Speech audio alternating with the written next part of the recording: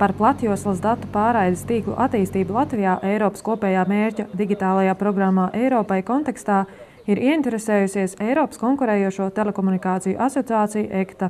Tās regulēšanas lietu direktore Ersebete Fitori 1. jūnijā darba vizītē viesojās Rīgā un tikās ar satiksmes ministru Uldi Auguli un vides aizsardzības un reģionālās attīstības ministru Raimondu Vējoni, kas atbild par šo nozari. The aim of the visit has been really to meet with key policy makers. So it's a series of meetings, of course, representing the interests of ECTA members from Latvia, with the competition authority, with the two ministries which are relevant for telecommunications regulation, and also with the national regulatory authority.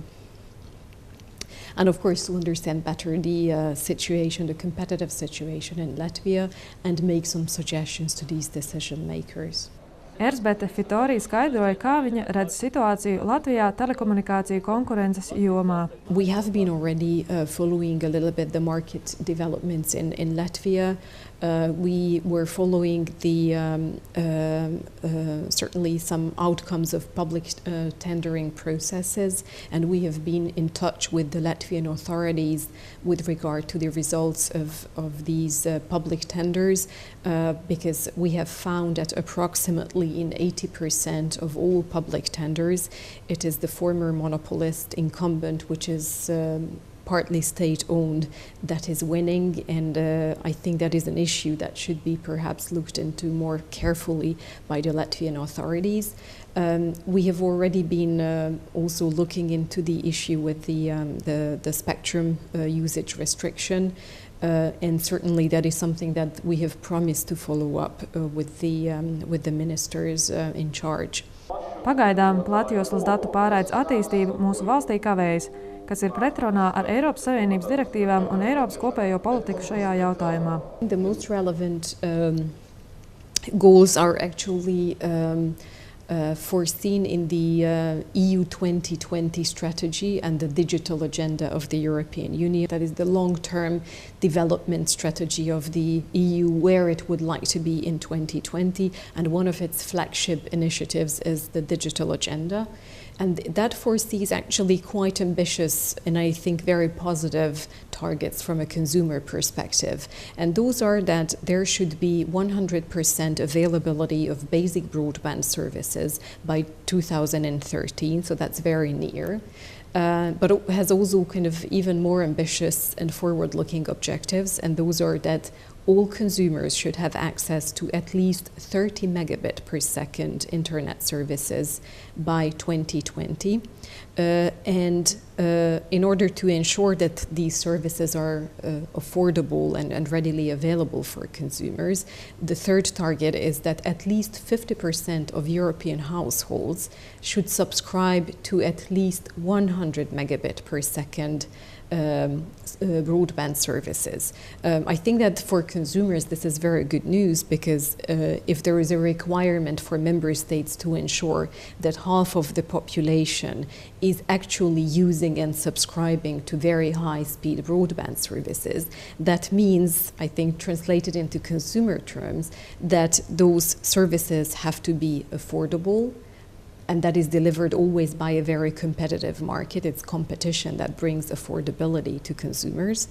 And also that these services are actually interesting for consumers, so that there is innovation, that that they are useful, that consumers are interested in taking up those services, and that is also generally speaking delivered by competition. So it's usually the challengers entering the market who bring new and innovative products and new and innovative ideas into the market, as well as very competitive consumer prices. Viens no telekomunikāciju pakalpojumu sniedzējiem, Baltkom, jau ir veiksmīgi veicis tehnoloģiskos testus jaunākās paaudzes interneta ieviešanai Latvijā.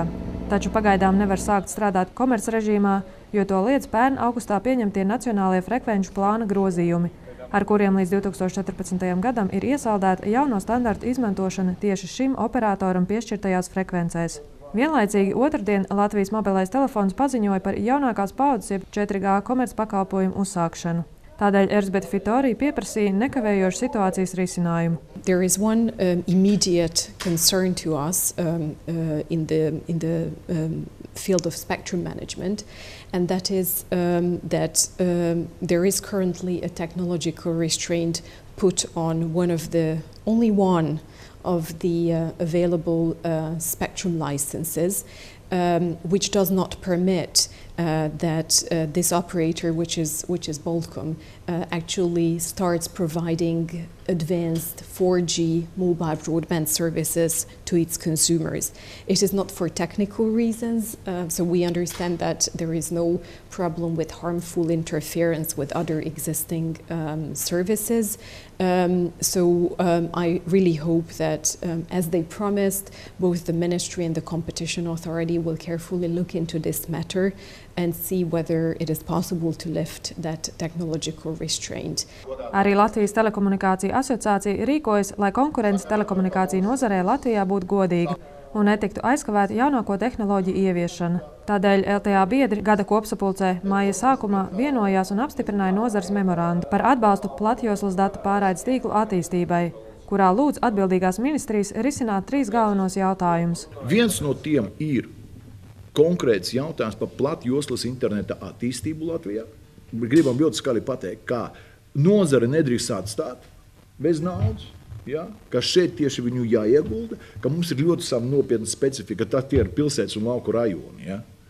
Kur bez, papildus investīcijām, ja? Mēs atstāsim savus laukus vēl laucīgākus, nekā viņi ir šodien. Ja? Otrais jautājums ir saistīts ar LTE tehnoloģiju. LTE tehnoloģija kā tāda, ja, šodien mums ir tikai kaut kādi pirmie testi ir sākušies. Tehnoloģija varētu būt ievesta pagājušajā gadā. Trešais jautājums, kurš arī cieši saistīts ar visu šo situāciju, tirgus attīstību, tā ir mūsu, kas visiem, kas saka uz auss, tā ir Latvijas Telekom privatizācija. Mēs noformulējam tā, ka 2 pamat jautājumi, ja, kurus valdībai jāņem vērā, ķeroties pie šīs lietas. Tas ir, ka absolūti nepareizi būtu atstāt gan mobilo, gan fiksētus sakarus, ja, vienās rokās, vienā īpašnieka rokas. Un otrais jautājums ir magistrāls infrastruktūras atdalīšana no pēdējās jūdzes. Nozares memorandu LTA iesniegusi satiksmes ministram Uldim Augulim un vides aizsardzības un reģionālās attīstības ministram Raimondam Vējonim.